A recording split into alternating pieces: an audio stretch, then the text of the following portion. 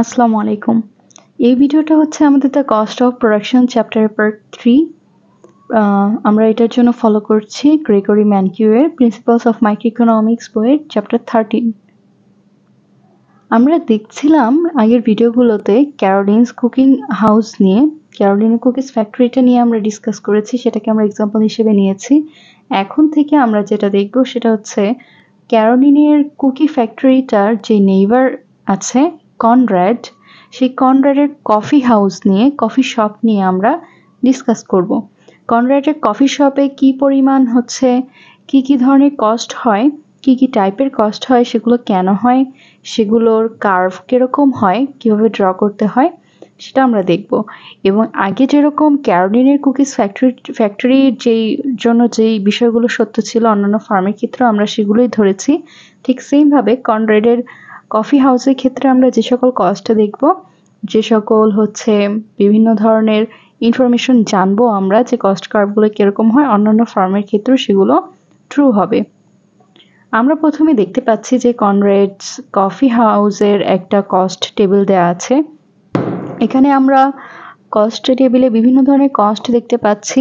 প্রথম কলামে দেখতে পাচ্ছি কোয়ান্টিটি অফ কফি দেওয়া আছে, যে পার আওয়ার কতগুলো করে কাপ সে প্রডিউস করে থাকে তার কফি শপে। দেন সেকেন্ড কলামে দেওয়া আছে টোটাল কস্ট, থার্ড কলামে দেওয়া আছে ফিক্সড কস্ট, ফোর্থ কলামে দেওয়া আছে variable cost, then average fixed cost, average variable cost, average total cost, last marginal cost. প্রত্যেকটা কস্ট কোনটা দিয়ে কি বোঝায় সেটা আমরা দেখব। আমাদের শুরুতে আমরা দেখেছিলাম যে একটা টেবিল থেকে কিভাবে টোটাল কস্ট কার্ভ ড্র করতে হয়। আমরা এখানেও সেটা একবার দেখে নিই যে কিভাবে ড্র করতে হয়। এক্স অ্যাক্সিসে আমরা সবসময় নেব হচ্ছে কোয়ান্টিটি অফ আউটপুট, ওয়াই অ্যাক্সিসে নেব হচ্ছে টোটাল কস্ট। দেন টেবিল থেকে আমি আউটপুট অ্যান্ড টোটাল কস্টের মানগুলো যখন পয়েন্ট করে বসাবো গ্রাফে, তখন হচ্ছে আমরা গ্রাফের ওই পয়েন্টগুলো যখন একসাথে যুক্ত করব, দেন হচ্ছে আমরা যে লাইনটা পাবো সেটাই হবে হচ্ছে আমাদের টোটাল কস্ট কার্ভ। এখন আসি fixed cost and variable cost. Fixed cost কোনটাকে বলা হয় আর ভ্যারিয়েবল কস্ট কোন কস্টগুলোকে বলা হয়? Cost that do not vary with the quantity of output produced, অর্থাৎ যেই কস্টগুলো প্রোডাকশনের কমা বাড়ার সাথে সাথে চেঞ্জ হয় না, যে কস্টগুলো প্রোডাকশনের সাথে কোনো সময় ভ্যারি করে না, সেই কস্টগুলো হচ্ছে ফিক্সড কস্ট।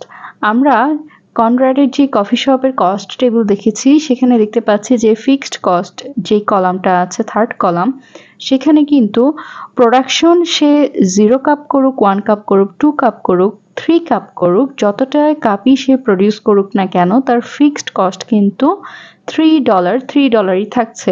অর্থাৎ প্রোডাকশনের সঙ্গে তার ফিক্সড কস্টের কোনো সম্পর্ক নেই।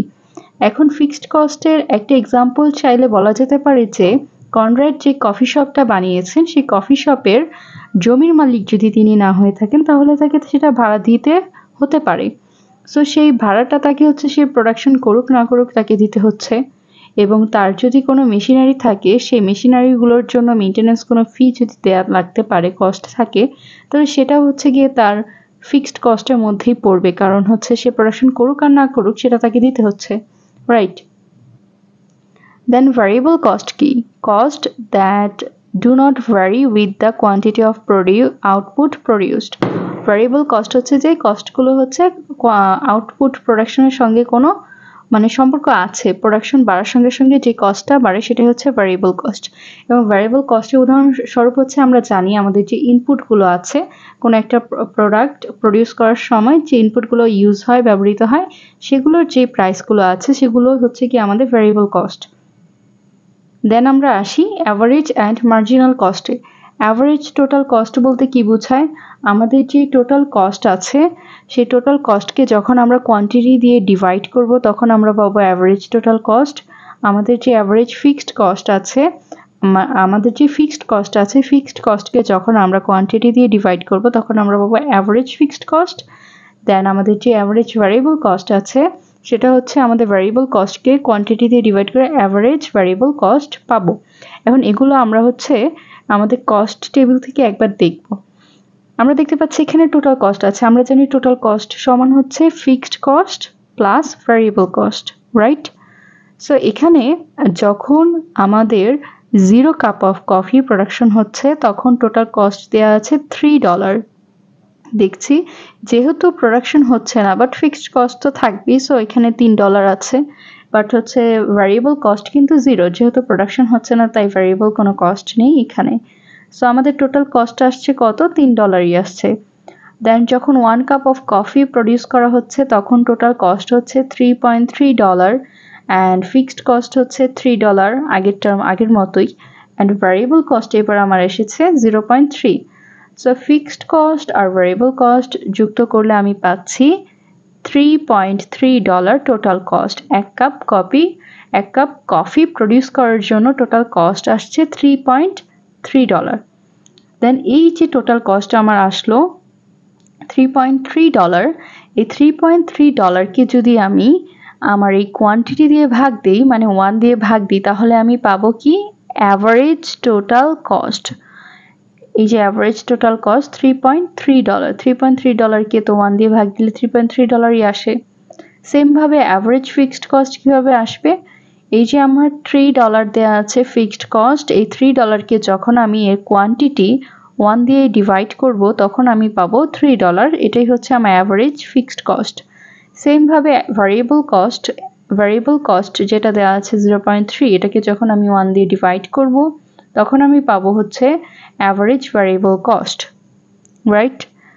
আরেকটা এক্সাম্পল যদি দেই, যে আরেক কাপ কফি যখন বাড়ানো হলো, আরেক কাপ কফি যখন বেশি প্রডিউস করা হচ্ছে তখন কি হচ্ছে যে টোটাল কস্ট আমার কি হচ্ছে এখানে $3.8। এখন 3.8কে যখন 2 দিয়ে ভাগ দিব, 2 হচ্ছে কোয়ান্টিটি দিয়ে যখন ভাগ দিব তখন আমার যা আসবে সেটাই হবে হচ্ছে আমার অ্যাভারেজ টোটাল কস্ট। খুবই সহজ হিসাব। আবার অ্যাভারেজ ফিক্সড কস্ট কি হবে? এই যে ফিক্সড কস্ট এখানে আছে $3, যদি আমি 2 দিয়ে ভাগ দিই তাহলে আসবে 1.5। সো এখানে আমার অ্যাভারেজ ফিক্সড কস্ট আসছে দেয়া আছে 1.5। সেম ভাবে ভ্যারিয়েবল কস্ট 0.8কে 2 দিয়ে ডিভাইড করলে আসবে হচ্ছে অ্যাভারেজ ভ্যারিয়েবল কস্ট 0.4। এখন আমরা সবথেকে গুরুত্বপূর্ণ যেটা সেটা দেখব যে মার্জিনাল কস্ট বলতে কি বোঝায়। মার্জিনাল কস্ট হচ্ছে যে অতিরিক্ত 1 ইউনিট প্রোডাকশনের জন্য কতটুকু খরচ করতে হচ্ছে এক্সট্রা, সেটাই হচ্ছে মার্জিনাল কস্ট। অতিরিক্ত 1 ইউনিট প্রোডাক্ট প্রডিউস করার জন্য যতটুকু এক্সট্রা খরচ করতে হয় সেটাই হচ্ছে মার্জিনাল কস্ট। আমরা যদি এখান থেকে দেখি যে যখন আমার প্রোডাকশন ছিল 0 কাপ অফ কফি তখন টোটাল কস্ট ছিল কত? $3। বাট যখন 1 কাপ অফ কফি আমি প্রডিউস করেছি তখন আমার টোটাল কস্ট এসেছে $3.3। সো 3.3 আর 3 এর মধ্যে ডিফারেন্স হচ্ছে 0.3। সো এই 0.3 হচ্ছে গিয়ে আমার মার্জিনাল কস্ট, কারণ 1 কাপ কফি 1 ইউনিট বেশি প্রোডাকশনের জন্য আমার $0.3 বেশি খরচ করতে হচ্ছে। সেম ভাবে আমি যদি দেখি যখন আমি 2 কাপ অফ কফি প্রডিউস করেছি তখন আমার টোটাল কস্ট হচ্ছে $3.8, আর এর আগে আমার যখন এক কাপ কফি ছিল তখন আমার খরচ হচ্ছিল কত? $3.3। এখন 3.8 আর 3.3 এর মধ্যে ডিফারেন্স কত? এটা হচ্ছে 0.5। এটা হচ্ছে আমার মার্জিনাল কস্ট, যেটা এখানেও বলা হয়েছে। তো এখন আমরা ক্লিয়ার হলাম যে ফিক্সড কস্ট কি, ভ্যারিয়েবল কস্ট কি, টোটাল কস্ট কি, অ্যাভারেজ ফিক্সড কস্ট কি, অ্যাভারেজ ভ্যারিয়েবল কস্ট কি, অ্যাভারেজ টোটাল কস্ট কি, অ্যান্ড মার্জিনাল কস্ট কি।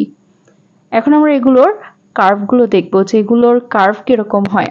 খুবই সিম্পল, যে আমরা যখন আমাদের ডায়াগ্রামে প্রত্যেকটা এক্স অ্যাক্সিসে কোয়ান্টিটি অফ আউটপুট ধরে নিয়ে ওয়াই অ্যাক্সিসে কস্ট ধরে নিয়ে যখন আমি প্রত্যেকটার ভ্যালু বসাবো, প্রত্যেকটা পয়েন্ট বসাবো, দেন আমি প্রত্যেকটা পয়েন্ট যখন এক অ্যাঙ্গেলে যোগ করে দিব, একসঙ্গে যুক্ত করে দিব পয়েন্টগুলো, তখন আমি যে কার্ভটা পাবো সেটাই হচ্ছে আমার কাঙ্ক্ষিত কার্ভ হবে। সো এখান থেকে আমি আমার মার্জিনাল কস্ট কার্ভ, দেন হচ্ছে average total curve, average variable cost curve, average fixed cost curve সবগুলোই পাচ্ছি। এখন এই কার্ভগুলোর কিছু বৈশিষ্ট্য আছে, আমাদের জন্য সেই বৈশিষ্ট্যগুলো জানা দরকার, আমরা সেটা দেখব। দেখি যে average these cost curves shows three features that are typical of many firms. Okay, number one হচ্ছে marginal cost rises with the quantity of output. আমরা গ্রাফের দিকে খেয়াল করি যে আমাদের যে মার্জিনাল কস্ট কার্ভটা আছে সেটা কিন্তু আউটপুটের সঙ্গে সঙ্গে বাড়ছে, বৃদ্ধি পাচ্ছে। আমাদের যত আউটপুট বাড়ছে ততই মার্জিনাল কস্ট কিন্তু বেড়ে যাচ্ছে।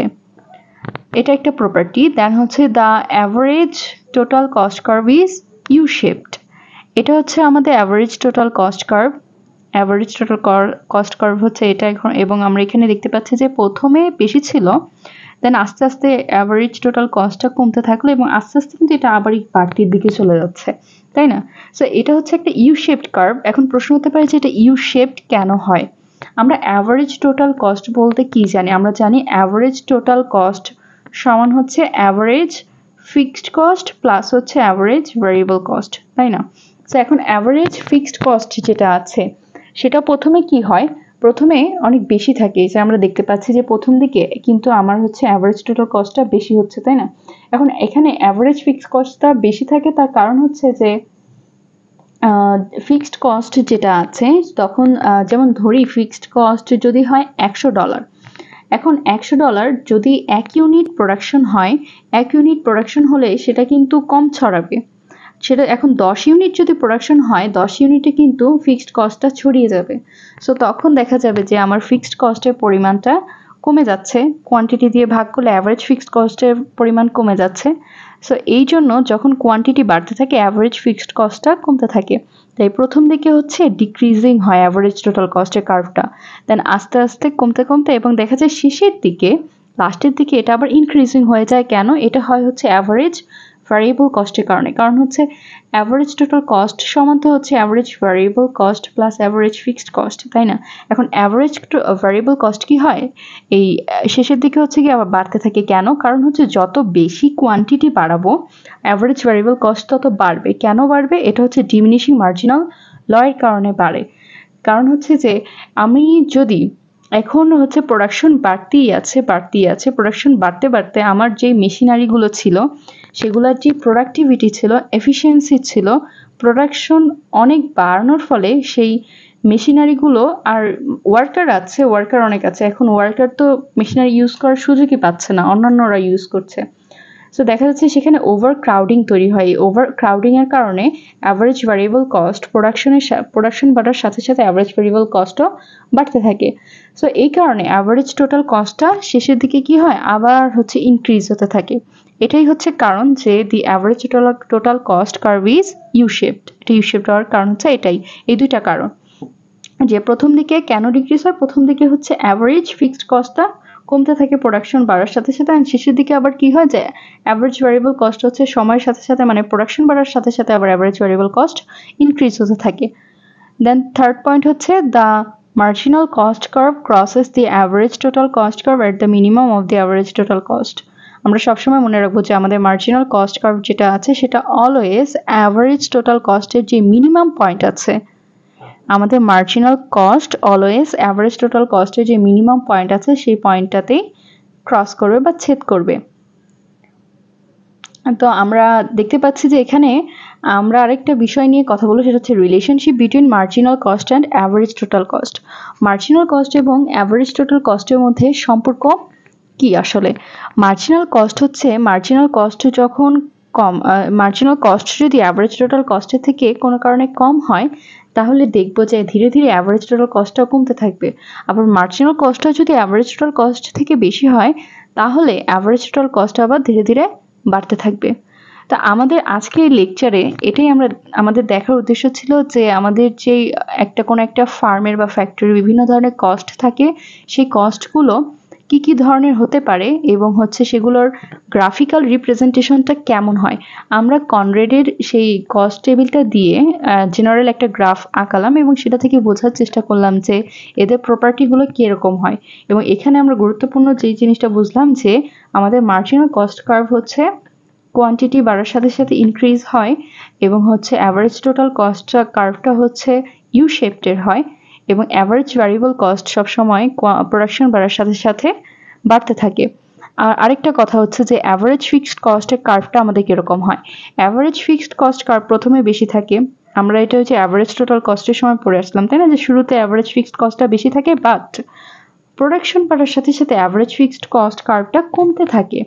এখন প্রশ্ন হতে পারে যে কেন কমতে থাকে। আমরা তো পড়লাম যে অ্যাভারেজ টোটাল কস্টে প্রথমে ইনক্রিজ হয়, মানে প্রথমে ডিক্রিজ হতে থাকে, প্রথমে ইনক্রিজ থেকে ডিক্রিজ হতে থাকে প্রোডাকশন বাড়ার সাথে সাথে অ্যাভারেজ ভ্যারিয়েবল কস্টের। কারণ হচ্ছে ফিক্সড কস্ট যেটা আছে, ফিক্সড কস্ট কি হয় প্রোডাকশন বাড়ার সাথে সাথে পার ইউনিট কমতে থাকে, অ্যাভারেজ ফিক্সড কস্টটা আছে তো পার ইউনিট কমতে থাকে, তাই অ্যাভারেজ ফিক্সড কস্ট কমে যায় আলটিমেটলি।